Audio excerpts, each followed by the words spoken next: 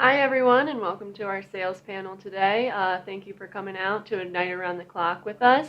To get started, we're going to just go through some quick introductions with all of our panelists. Leo, if you want to start us off, and then we'll just continue with everyone else. Sure thing. Thank you. Hey, everybody. My name is Leo Cardenas. I'm currently the director of ticket sales for the New Jersey Devils, part of Harris Blitzer Sports Entertainment. So that's Philadelphia 76ers, the Devils, Prudential Center, the Delaware Bluecoats. We even have an esports team for those of you into esports. So we have a lot going on, which is awesome. Many different properties. Quick background. I went to Liberty University in Virginia, and then I took my career. I started in ticket sales with the Atlanta Hawks in ticket sales. Did that for about 8 months, transitioned to a tech startup as a first sales rep. In about 2 years, we grew from 10 people to 75, which is a really fun adventure in the tech startup world down in Atlanta. Then actually came back into sports for a big reason, because I love this industry. And in 2015, as an inside sales manager for the Sixers, and then I've been focused on the Sixers and then transitioned to the Devils, overseeing all new business for ticket sales. So excited to answer any and all questions and to learn about all the folks here. But thank you for the introduction.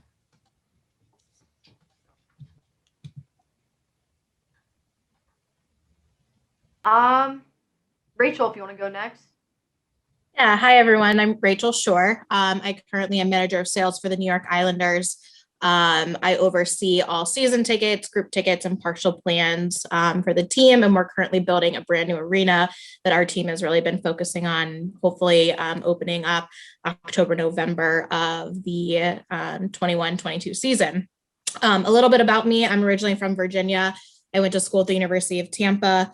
My first job in sports was inside sales rep for the St. Louis Cardinals. And then I moved over to the Red Sox, where I was a sales rep there in their sales academy, and then eventually was managing their inside sales program and have been with the Islanders for about 2 years now. So really excited to be here and answer any questions that you guys might have. Thank you. Pat, if you want to continue.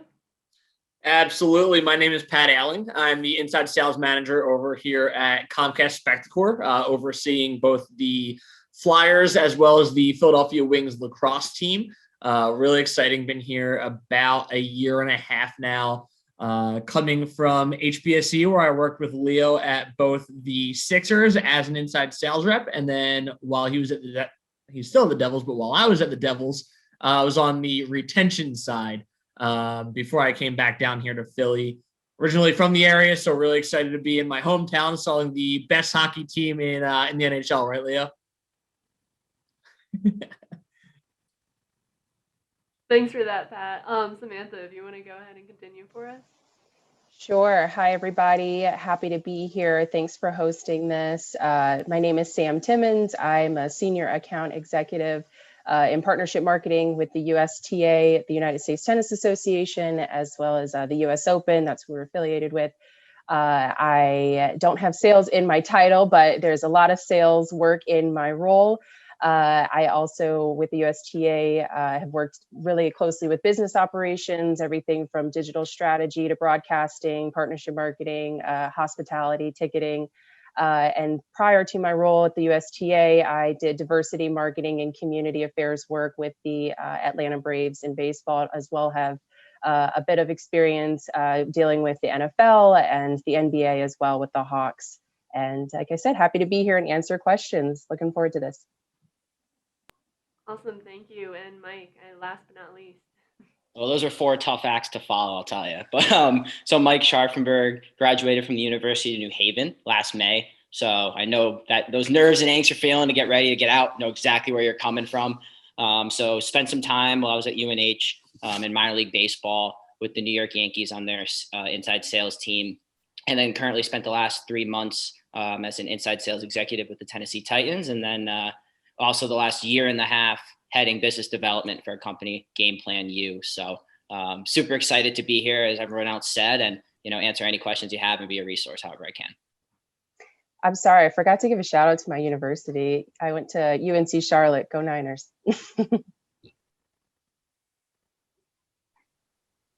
All right, so I guess our next question would be, we can start off with Mike this time.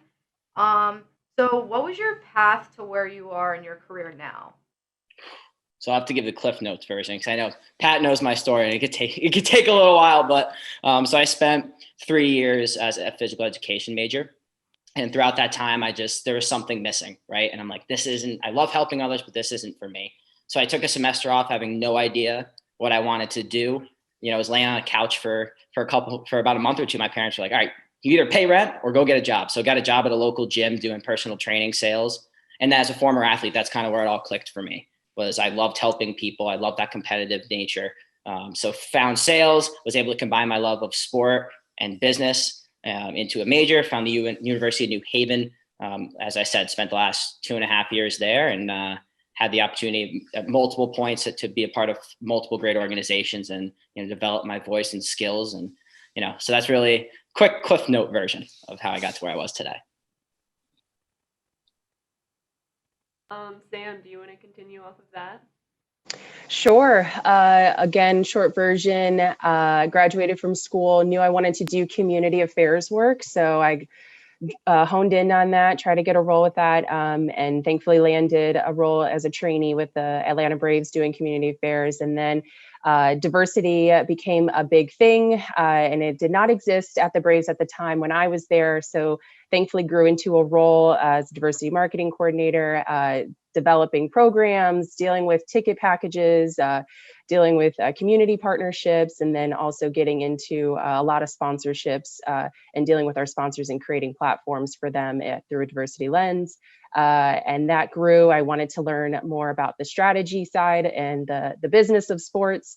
And so I took a role with the USTA. It actually reported directly to the chief revenue officer. So that's really where I honed in on my sales expertise, as well as just understanding data analysis, market trends, and really building that expertise on the sales side. And that's kind of, again, Cliff version notes. It's hard to really dive into all the different nuances of being able to be at this current role, but a lot of questions, hopefully, I think are going to follow up and explain that story a little bit better. Of course. Thank you for that. Yeah. Do we want to continue with Pat? Yeah, absolutely. So my story is a little bit of an interesting one. Definitely didn't follow the straight path into sports sales through, classic sports management major. I went to LaSalle University here in Philly. I also, like Sam, forgot to give a shout out to my school. We didn't have a sports management major at the time or even a sports management class. So I really didn't know how to break into the industry. So I actually worked before getting my start with the Sixers, worked for about 1.5 years with the Philadelphia Business Journal. It was a job, and it was during the, coming off the heels of the 2008 financial crisis. So just getting any job right out of school to me was just all right, cool, let's do it. And eventually I was like, I know I don't want to do this my entire life. I know I want to get into sports. I don't really know how to break into the industry. So with a little bit of dumb luck, I started my career with the Sixers. It just so happened when I applied for about 50 sales jobs across the country, they were the first team to call me back. And I guess I said something in the interview that set me apart, had a little bit of experience coming in, and got my start there. And then from there, I moved up to the Devils through HBSE's program and was on the service and retention team there, but really leaned on leaders like Leo and Zach Robinson, who's my direct report, as well as Brian Norman, Jake Reynolds. They all knew that I wanted to get into management and invested in me and helped me build the skills to get there, even though it wasn't necessarily with HBSE.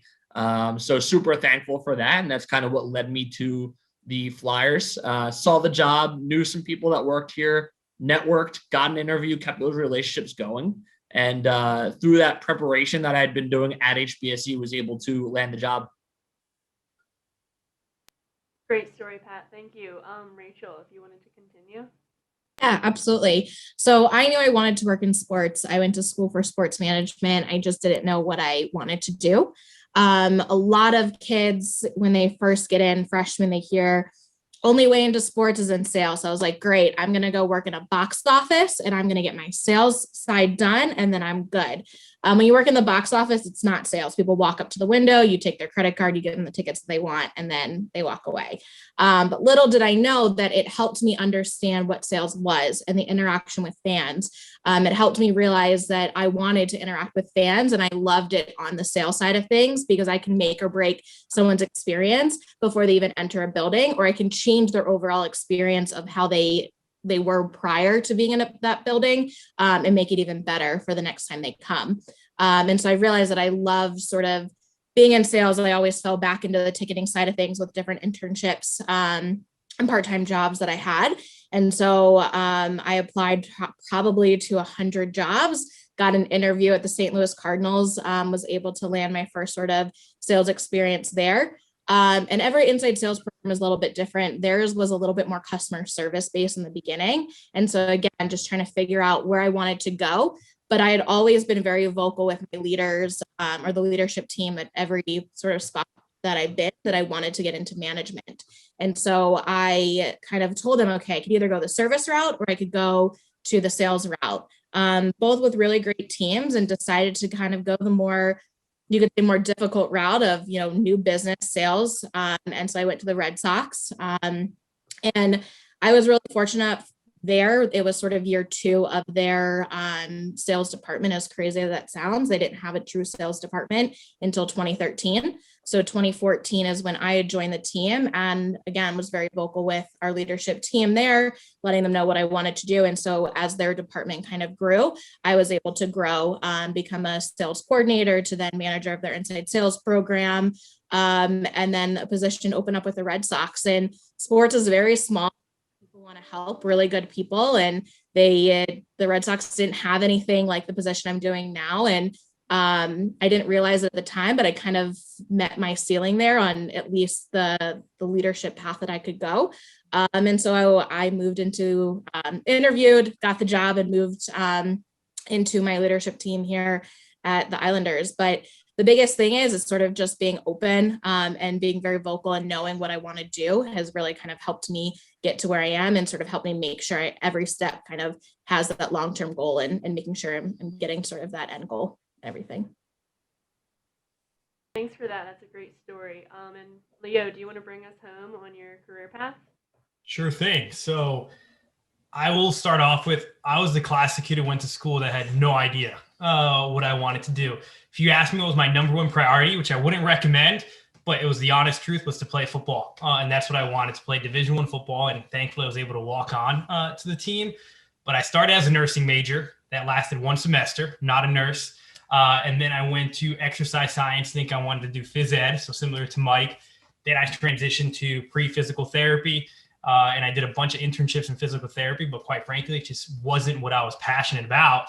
So I graduated with an exercise science major, became a personal trainer in New York City for a year, lived at my parents' house and commuted to New York City, which was great. I was able to meet a lot of high-end clients and folks that I built really, really good relationships with. But to me, it was more of a hobby than a career, at least for me personally. And it wasn't what I was passionate about doing for the rest of my life. And I'll say, I was very, very fortunate getting into the sports world, because I can't tell you what teamwork online was. I've never taken a business class in my life. What a front office is like, I had no idea. I was just naive to all right, a team is the sports, is the players and the coaches, and that's about it. But my roommate from college just called me and said, "Hey, Lee, I think you'd be really good at sales. I just started with the Hawks." I'm like, I have no idea what you're talking about, but I'll talk to your manager. So I interviewed the next week in Atlanta. I flew down from New York, and 2 weeks later, I moved down to start with the Atlanta Hawks in ticket sales. So my career started not what I ever expected it to be. And I was absolutely terrible. When people pick up the phone, I'd hang up on them right away because I was so scared to talk to them. But to me, I had to learn what sales really is. And when I started to figure out sales is just like football to me in my mind, it's the work I put in is what I'm going to get out of it. If I want to start, I need to make extra calls, just like running extra sprints after practice. If I want to be the best, I need to stay in the weight room longer. That is, make sure I'm prospecting, I'm doing X, Y, and Z. And it became fun. It became a competition. So I started enjoying that, did that for 8 months. And, I was 23 years old. I had just gotten married. And one of my teammates from high school just kept calling me and saying, "Hey, we want to start a company and we want you to be our first sales reps." So I told my manager, "Hey, I'm going to leave sports, but I promise you I will be back. I just don't always have the opportunity to start a company from the ground up." Did that.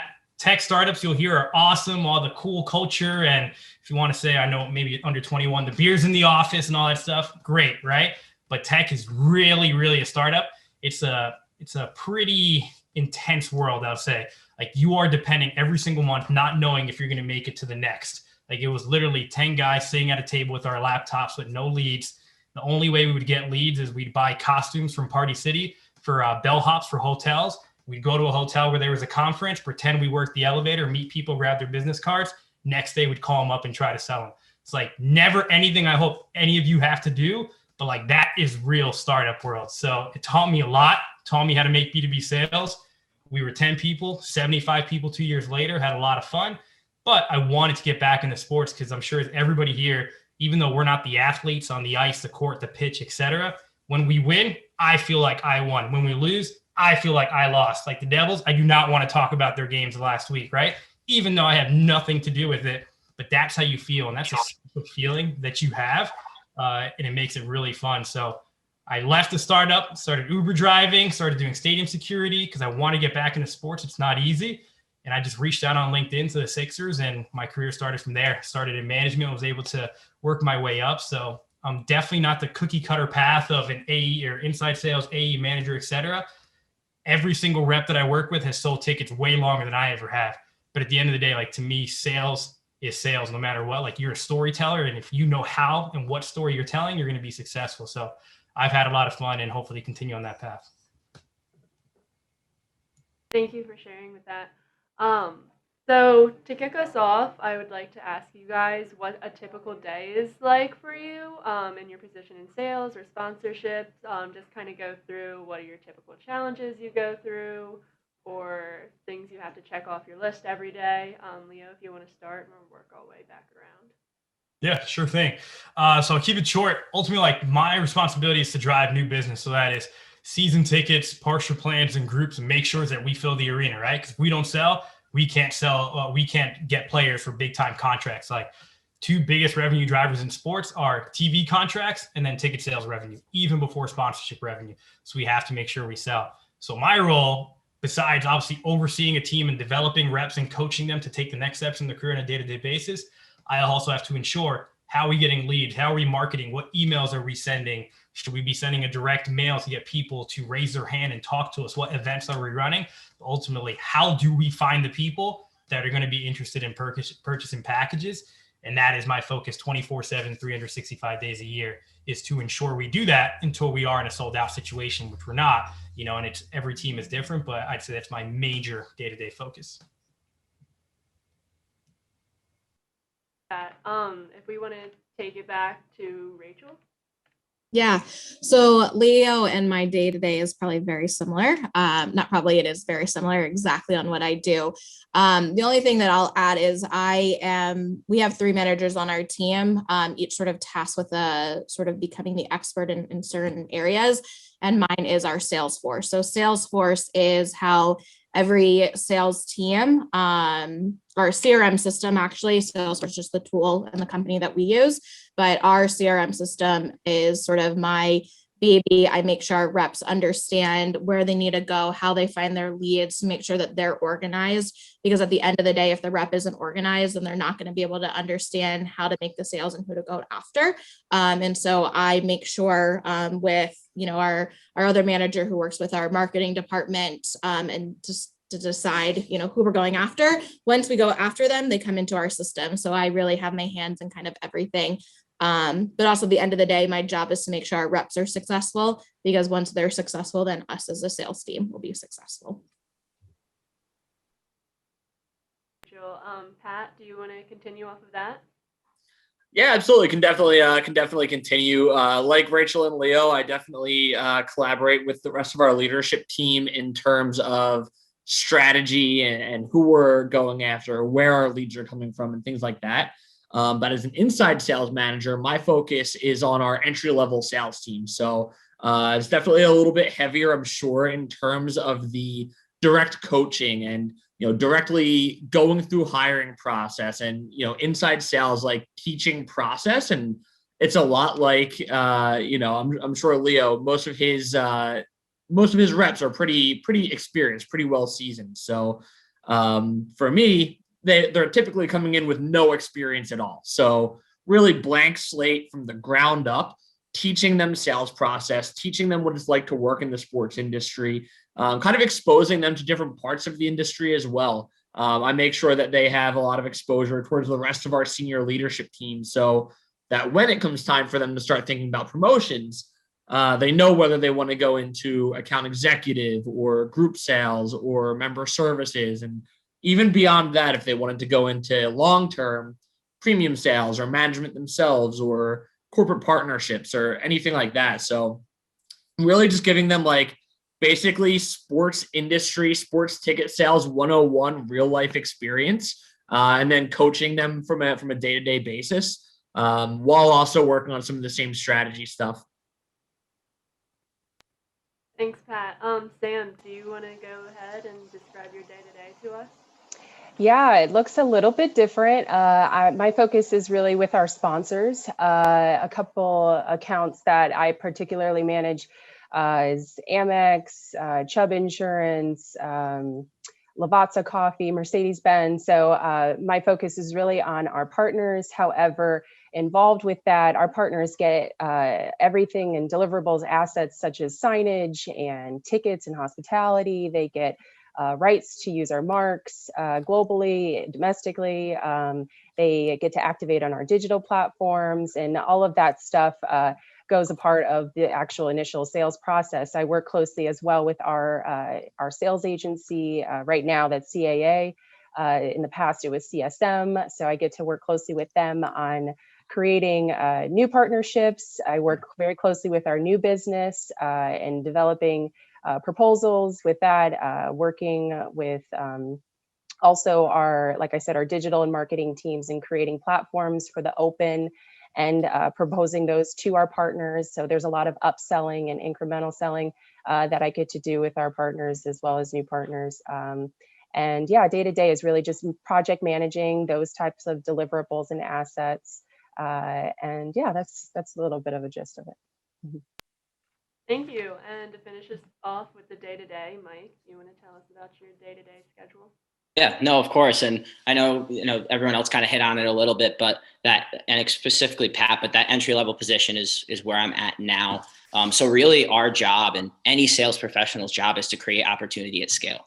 So that is what my day-to-day duty is. So whether it's, 100 calls, emails, whatever it is, whether it's through leads with the organization, that's number one, is how am I going to create opportunity for the organization for new business? Number two, I spend a lot of time just being creative and trying to find grassroots way of building my own pipeline, whether it's through LinkedIn, networking events, podcasts, whatever it is figuring out a way to kind of step aside and step out in front and lead that charge there and create new opportunity that wasn't in the organization's pipeline. Number two, I would say, is strengthening current relationships. So when I started with the Titans, yes, I was tasked with generating my own book of business, but I also had a current book that was passed down to me. So now it's going through and building that relationship and trying to, figure out what they like, what they don't like, and, making sure they have a great 2021 so we can upsell them and get them to return in 2022. And then the last part, I spend a lot of time just being the best teammate I can. I have, out of the 3 executives that were brought on, I have the most experience and just want to do what I can to be a leader and a coach on the floor. And so that's really the kind of 3 areas where I spend most of my time. Great, so that was great.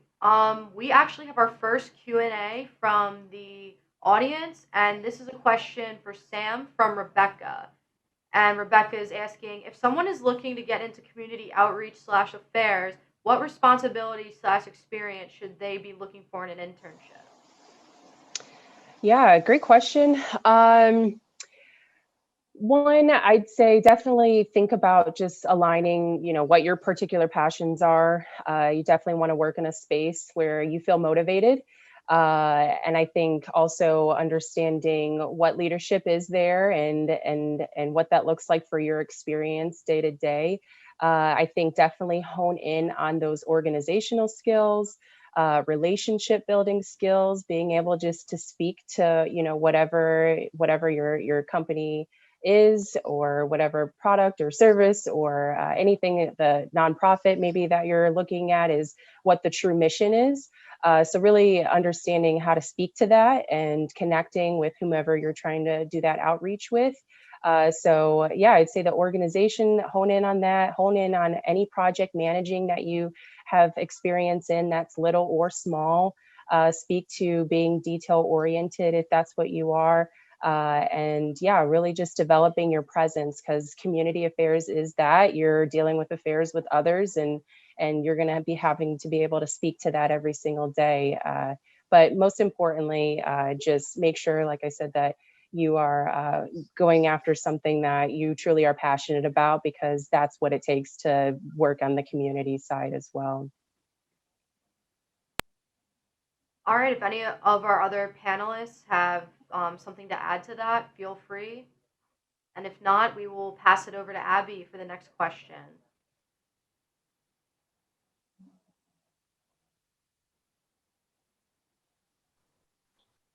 Okay, so what are some challenges you face in each of your markets?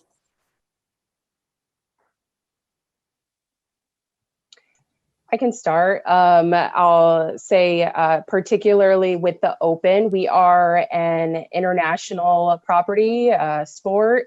Tennis is global. So something that we are really honing in on is expanded programming. So we are typically in a 2-week window. How do we expand that window and make it 3 weeks, and work with our partners of enhancing that fan experience? And we, 19% of our visitors that come on site are international visitors. And hopefully that's the case moving forward and it grows.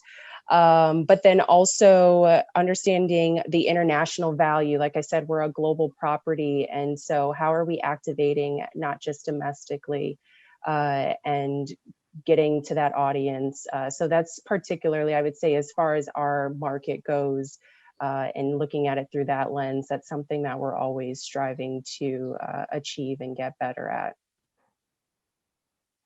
Thanks for that. Pat, do you want to continue with any challenges you see in your market today?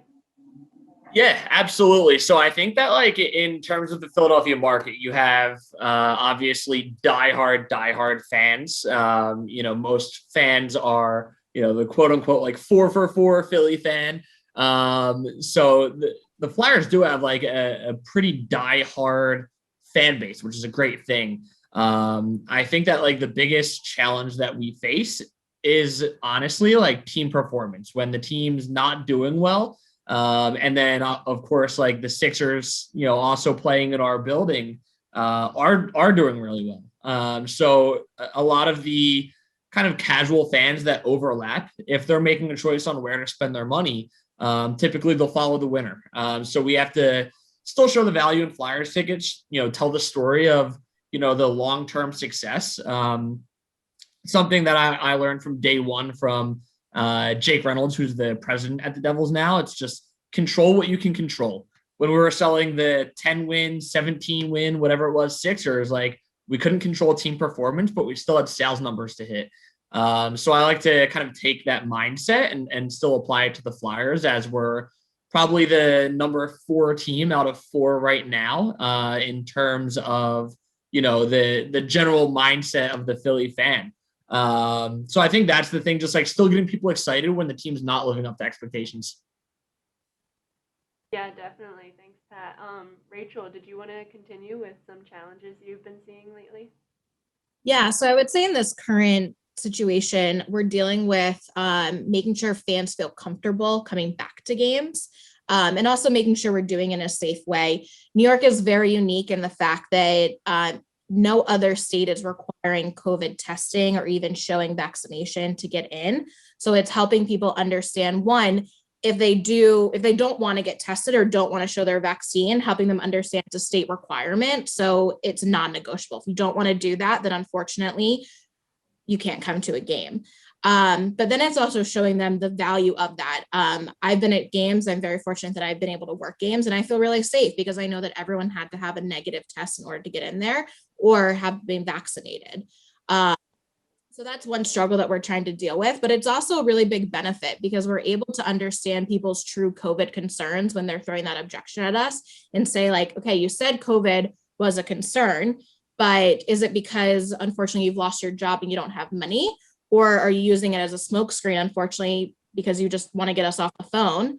Or you're saying, hey, you're willing to come to games, but you don't want to buy season tickets. Let me kind of push back a little bit and say, hey, if I help you get tickets to a game and you come see out and what our policy is and start to feel comfortable, let's us then talk about season tickets. So it's able for us to really find the true objection of why people aren't buying.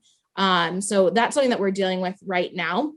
I would also say it's kind of to go back, it's understanding people's true objections and it's getting the reps really comfortable understanding and asking the tough questions of like, hey, if it's financial, what do people really mean by that? Or if it's number of games, what does that really mean to someone? And so my job is to really help the reps understand where people are in sort of their sales process and what truly should be the best product for them and giving the recommendation. So that's what we're dealing with right now. Thanks, Rachel.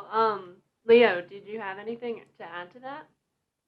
Sure. It's very similar, I mean, to the COVID situation for us as well. The other thing, other couple things I added specific to our market, one being in North Jersey, like there's a lot going on, right? We are 15-minute train ride outside of New York City, which has multiple sports teams. They have Broadway. It's the biggest city in the world in terms of just entertainment. So a lot of people will go there or, and decide maybe not to come to a Devils game. We're smack dab in the middle of northern New Jersey. So the market is just very, very packed. So, we're competing with a lot of different things. Plus you add the Devils have only been around since 1982, where, you look at like a New York Rangers right across the river. They're an original six team has been around since the early 1900s when hockey started. So like that is a very dedicated old fan base where for us, we're like, we've had success with championships, but even right now, just like Pat with team performance, if the team is not performing at a high level and the majority of our surrounding fans are more affiliated to the older team, then it's going to be hard for us to sell and to find those individuals and to drive that interest.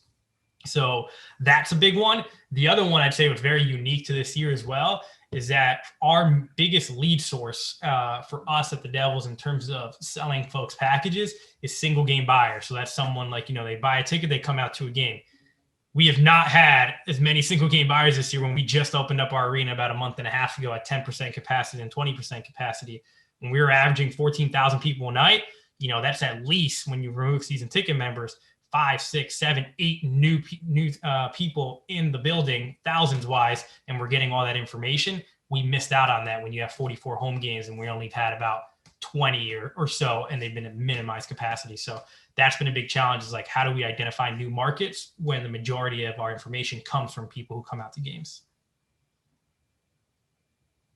Mike, did you have any challenges you wanted to add? Certainly. So, coming from the East Coast and, working in the New York market, similar to Rachel, Pat, and Leo, and you have so much competition with different sport organizations. So when I got the opportunity in Nashville with the Titans, I was like, great.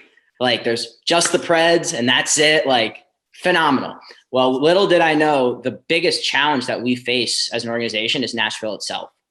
And for those who haven't been, it's the number one place people are moving to. You have Broadway Strip, you have the Preds, and another big challenge is I think the last year's statistic was 10% of people in Nashville are actually from Nashville.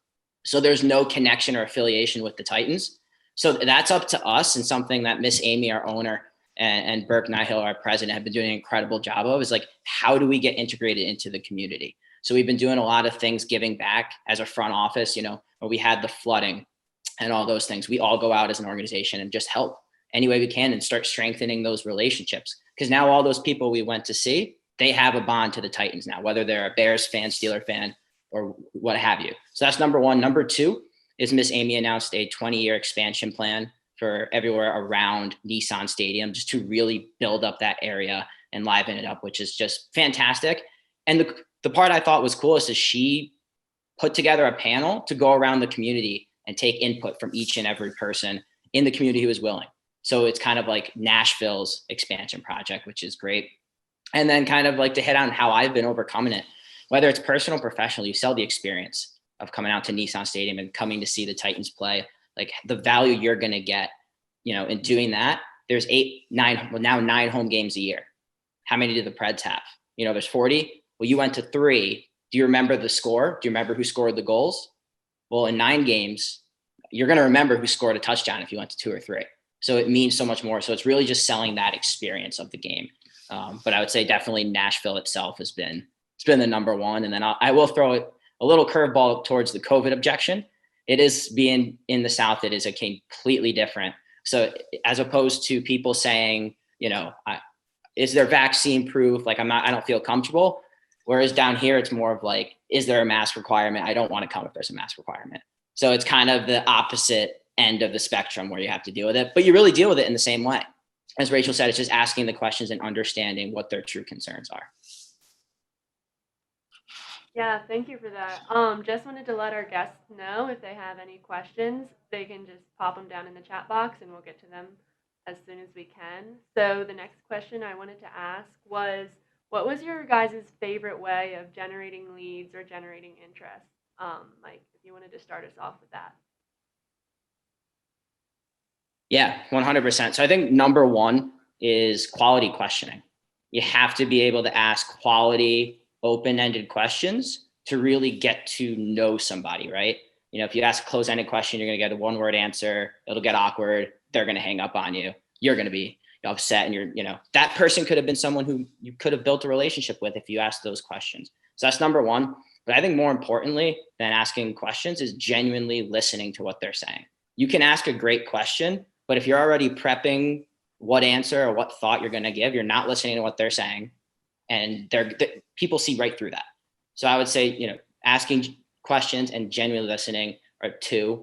And then number 3, you got to present a solution that matches and fits them, right? Like if you just have in your mind, this is what I'm going to pitch, we have for example, the Titans have a $300 pass that gets you out to every game. If that's all you're going to pitch people, maybe they'll buy it, but you may have missed out on a much bigger sale. So it's giving the right solution for the right people, I would say would be the big 3 for me. Yeah, I can definitely see that. Thank you. Sam, did you want to continue off of that?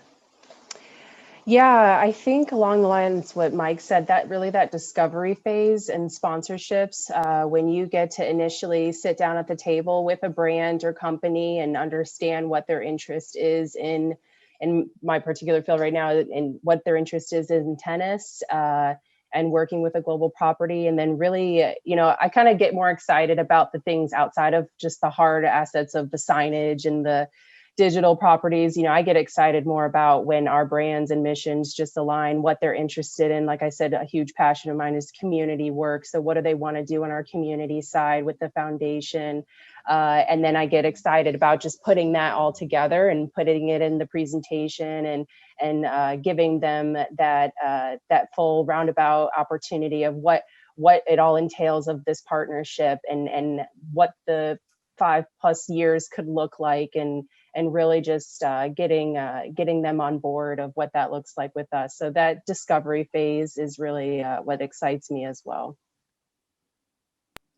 Awesome, thank you. Pat, Yeah. do you want to piggyback off of that any? Yeah, for sure. I'll change the course a little bit into actual just lead generation, how to get more people into your database, and something that we've been excited about here at the Flyers. So over the last, I guess it's been 3-4 years now, we've been in phases renovating the Wells Fargo Center, which is really, really cool. It's a roughly 25-year-old building, so definitely needs a little bit of a facelift. But what we've actually done as well is just kind of add some new, like, different concepts in terms of ticketable items. So in our balcony, for instance, it used to be just these like big balcony suites, kind of closed off. You could fit people in just like one row of seats. We've actually expanded and opened that up. So we now have a product that we call the assembly room. And what we do for Flyers games in full capacity situations, obviously not in a COVID type of situation like we're in now, we actually open up that part of the arena, the very, very top of the arena, the balcony, for standing room only tickets. And what that actually allows us to do at a $15 price point is get people out to Flyers games that normally wouldn't come out because it's too expensive, or normally wouldn't come out because they don't want to pay all those StubHub fees or whatever the reason might be. And that just gets more leads into our database. And then we'll eventually try and, call those leads, offering them, trying to walk them up the ladder, whether it be starting out with a partial plan or starting out with a half season, then like continuously as they grow more of an affinity towards the Flyers, walking them up the ladder to a full season and potentially in lower level seats. So it's kind of that customer journey from that $15 standing room only seat at the top of the arena down to those center ice seats for a full season. So you can really enjoy all of the benefits, which like anyone who's sold tickets knows that like the benefits that you see in season ticket memberships are there just as much for the customer as they are for the salesperson to connect the dots and make season ticket membership make sense. Awesome. Thank you for that. Rachel, do you want to add to that? Yeah, I mean, I think what Mike, Sam, and Pat talked about was really great. The one thing that I'll say is not so much about lead generation, but truly understanding the buyer and if it's worth conversations. And so the worst thing that you can do in sales is the abyss of maybe, where someone's saying, oh, I'm going to maybe call you, like I might be interested. I might want this, like call me tomorrow, call me next week, call me in a few months. At some point as a sales professional, you're going to have to walk away and have value in your time and your product. Because we're selling sports and we're selling a really cool product, people want our calls. When they don't get our calls anymore, that's when you can say, okay, are they actually going to buy?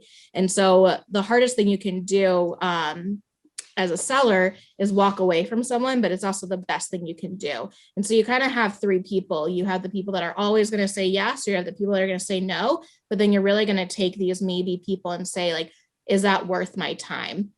And you'll learn a lot of it has to do with feel. But at the end of the day, like putting someone in that no or in that yes is really beneficial. And so any lead that you possibly get is going to be a true buyer or could be a true buyer, but you're going to have to learn whether they fit into that yes category or that no category. And you also need to just give a recommendation. So you are the person that is the expert at whatever product you're selling for whatever team you're selling it for. But when you give that recommendation, there's going to have a lot of value behind it. So do the active listening and go through the discovery phase, but then give a recommendation and present a reason why behind that. I think is the best thing that anyone can do with any leads. I love that. Can I interject, add something to that? Yeah. Cool.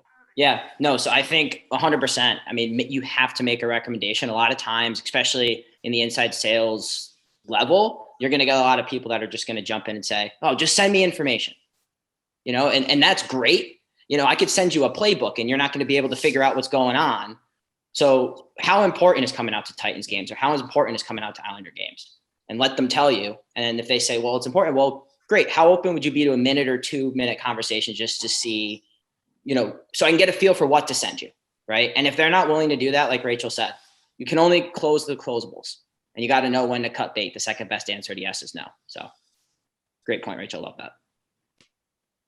Thanks for that, guys. Last but not least, Leo, do you have anything to add about your favorite way to generate interest or leads? Yeah. So one unique one, especially great thing about being in leadership, is like you want to enable your reps to grow and give them different opportunities. So it was last season, it was the 20-year anniversary of our championship in the year 2000. It was 2020 in the year 2000.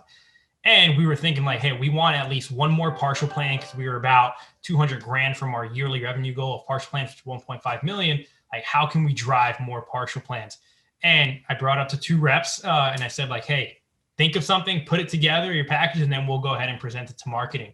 So they took it upon themselves and made an awesome idea where they saw that we had 4 games left on the season that were against the opponents that we played in our playoff run for that championship season in the year 2000. I forgot who the opponents were, but those were each of the teams we beat that year. So they created a championship pack, and then they were able to, during the night, our celebration, we also guaranteed our championship ring for everybody who walked into the building. They had a small partial plan. It drove about $150,000, which is like out of 1.5 million, is it huge? It's decent, but it's not everything. But we wouldn't have had that if it wasn't for the creativity of our reps, which is really, really cool. So I love being able to see that and just seeing, not just us, but everybody as a collaborative organization put their minds together, whether you're a rep, leader, et cetera, to put something together. Unfortunately, we were one of those teams, sad to say. There you go. All right, thanks, guys. So next question. We're getting close to the end here. We have about 10 minutes left, but so the next question is for everyone. What would you recommend, or what advice would you give to someone that's looking to head into sports sales or marketing? Rachel, can we start with you? Yeah. So the biggest thing that I would say if you want to get into sales is understanding your why. Why do you want to be in sales? Why do you want to be in sports sales? How does this position potentially help you get to where you want to go long term? Sales is not easy. Even when you're selling sports, it's not easy. Even when you're selling a team that you think is going to be super easy to sell, it's not easy. People always have objections. There are reasons that people aren't buying. And so when you have that why of why you're doing it, it helps you get through the hard days, and it helps make the good days even better. And so that's the one advice that I always give is like, understand your why. And your why can change, and it's okay for it to change. And you should be honest with yourself when it does change, if that's sort of the right role for you. But understand your why. Thanks, Rachel. Pat, did you want to go from there? Yeah, absolutely. So like Rachel said, like sales is not easy. It's not, a lot of people think it's just like the way into the sports industry, which is certainly an old cliche. I know Rachel mentioned that earlier as well. For me, when I'm looking for sales reps, I'm looking for someone that's dedicated to being in sales, excuse me, and knows what they want, at least a general idea of what they want their career path to look like. So if you're interested in sales, like don't just do it for the cool logo on the business card. Don't just do it for, the idea of breaking the sports and having a really cool career. Do your research on the teams that you are applying for. I know that flies in the face of everything I did when I was applying for whatever jobs across the country, but do some research. Like if I didn't get lucky and land with the 76ers and the leadership team that was there, and then continue with the leadership team that was at the Devils, who all along the way invested in me, invested in my personal and professional growth, I don't know if I'd still be in the industry. So find those teams with a great leadership team that sees you as more than just an employee, sees you as more than just a number, and really wants the best for you and wants to invest in your growth, not just within the next year, but within the next 5-10 years. Those are some great points, Pat. Thank you. Sam, did you want to go from there? Yeah, I would say that no matter what position you hold in the organization, you're selling. Community affairs, some people think it's just community work, but you are having to create platforms to deliver and affect the bottom line, essentially. So anything that you can do to innovate, get creative, and drive revenue by any means to your business, and understanding your product in and out, and what are those touch points to, like I said, drive that revenue, get familiar just with practicing that and knowing the ins and outs of what you're putting in front of people. Thank you for that. Mike, would you like to continue? Of course. Yeah. So a couple things. Number one, I mean, and all these other professionals on here could speak to it. Sales is a roller coaster. You're going to have weeks where you're going to be crushing it. And then you're going to have weeks where you don't get someone to answer the phone for 2-3 days straight. Right. But for me, and how I always look at sales and business is it's a process. It's not the results. Don't get caught up on the scoreboard. If you do, think about the Patriots in the Super Bowl when they were down 27-3. If they were looked at the scoreboard, they would have been done, right? But they stuck to the process. They knew what they were doing, and they kept going. So don't get too high, don't get too low. When you succeed, okay, that's great, celebrate it, but keep going. When you lose or you get rejected, great. What can I learn from that? How can I get better? So that's number one, be focused on the process. Number two, and this is a big one for me. I know Pat knows I harp on this all the time, but what you do with your profession it is a career. It's not a job. A job is 9 to 5. A job is you go, you punch the time clock, you go home. A career is something you're invested in full time. So whether that's sales, marketing, whatever it is, be a student of the game, always be humble, always be learning, whether it's reading, podcasts, just being curious and having conversations, just always be looking to better yourself in your career. Awesome. Thank you. And Leo. Yeah. So I'd say, especially whether it's sales, marketing, et cetera, just getting into sports, like you need to stand out because as we all know, there's thousands and thousands of people who want to work for sports. And quite frankly, just like Pat said, a lot of them is for the logos, right? For the coolness factor. So like, how do you stand out amongst all the people who want to work? And just like Newman's a great university. There's so many great schools and so many great programs that you come from. And, you know, I always tell people like you have to go the extra mile. So it's not just putting an application on Teamwork Online. So for example, like when I'm looking at applications on Teamwork Online, if you don't have a cover letter, I'm not going to look at it. And I don't even read the cover letter, but just because the fact that the cover letter is optional, I want to see if someone did something that's optional instead of just doing the bare minimum. And that gives me a sign. And then I'll read their resume from there. It's like even those small things. Another thing that's optional is sending a video, right? And it's awkward. You have to take a video of yourself and make a pitch of why you're the best person.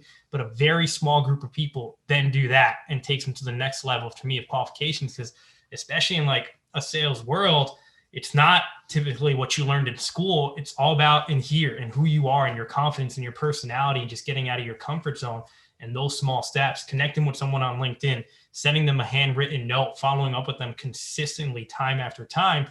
That makes you stand out. And the thing is, like, I'll say this now to whoever's here and to a bunch of students in my career, but I bet you only 5 to 10% of them actually take that advice and do it. But those are the 5 to 10% that then are successful, get hired and grow their careers. It's like, how can you make sure that you're one of those individuals that finds a way to stand out? It's very easy to get lost in the shuffle in our industry. Yeah, and I'd love to add to that as well. I recently had an open spot on my team, was hiring myself. And, you know, there's such a difference between the resume of someone who just puts the bare minimum on there and then someone that's just specific and gives concrete examples of why they're the best. So, for example, if I'm looking at someone who maybe had a ticket sales internship with the Islanders, and that bullet point can say, sold season tickets for the Islanders over the summer, or it can say, sold 15 season ticket packages for $100,000, which ranked me first among the intern class. There's just such a difference between that. So for all of you that are, you know, getting ready to get into the job seeking world, like make sure you're putting on there like specifics, transferable skills, things that stand out to people like us that are hiring. I'll add one more thing to that, Pat. Great point. Is preparation is everything. It's everything. So when you're going into an interview, have questions lined up. Look up where the interviewees went to college, right? Look up things about them. Reach out to them on LinkedIn beforehand and just say, you know, just start that line of communication, because right off the bat, you're separating yourself. And think about that. If you're not prepared for an interview, what is a manager going to think when you make a cold call or you make a call? Like, you need to have that preparation when you're making a call, even if it's 30 seconds, quickly look at the notes. So just be prepared, always have questions for everything that you do. Thank you guys so much for all of your knowledge you've shared today. Unfortunately, we are running out of time. So big shout out to everyone who came out today. Thank you so much. We really do appreciate your time and knowledge you've given to us, but we have to end our session now. So thank you guys so much, and we'll talk soon. Yeah, thank you all so much. This was a really great session. I know I gained a lot out of it, and I'm sure everybody else here did too. So thank you so much all for coming out. Thank you. Thanks, everybody. Talk to you soon, guys. All right, bye.